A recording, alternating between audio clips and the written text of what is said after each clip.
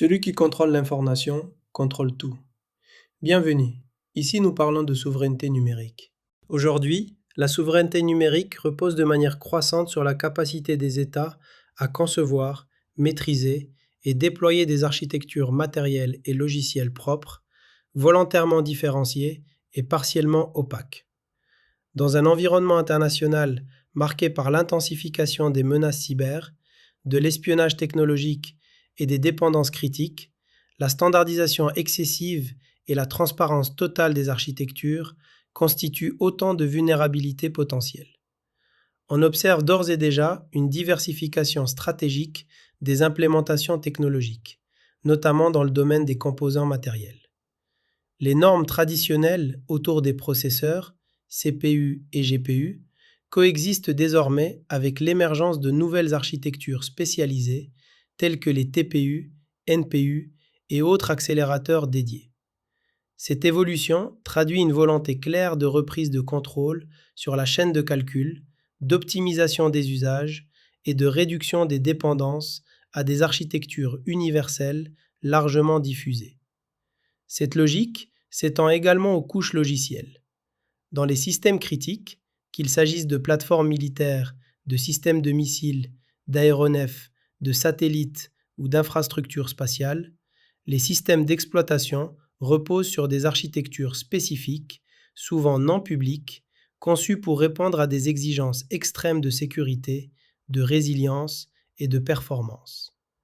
À une échelle plus civile, la coexistence de modèles distincts, tels que les environnements PC et Mac, illustre déjà la différenciation profonde entre architecture matérielle et logicielle, tant dans leur conception que dans leur gouvernance.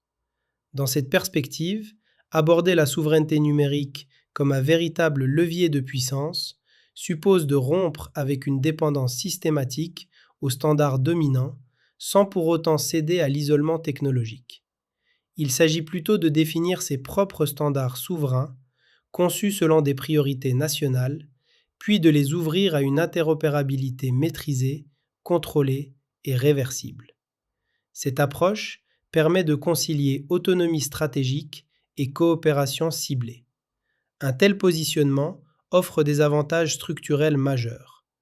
Il permet notamment la conception de circuits imprimés difficilement auditables ou rétro-ingénierables, le déploiement d'équipements réseau sécurisés, routeurs, commutateurs, répéteurs, la réduction significative de la surface d'attaque des terminaux informatiques et des systèmes d'exploitation, ainsi que la maîtrise globale des environnements numériques critiques.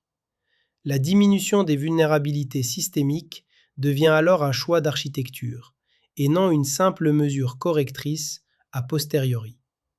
Ainsi, la construction d'un environnement numérique souverain, cohérent et maîtrisé constitue un socle stratégique pour l'État. Elle ouvre des perspectives structurantes en matière d'infrastructures critiques, de défense, de sécurité intérieure et de gouvernance numérique. Plus qu'un ensemble de solutions techniques, cette démarche engage une vision de long terme, celle d'une souveraineté fondée sur la maîtrise des architectures, la réduction des dépendances et la capacité à imposer ses propres règles dans un monde numérique profondément concurrentiel. La souveraineté numérique, c'est le nouveau drapeau d'un État, invisible mais vital. La souveraineté numérique n'est pas une option, c'est une urgence.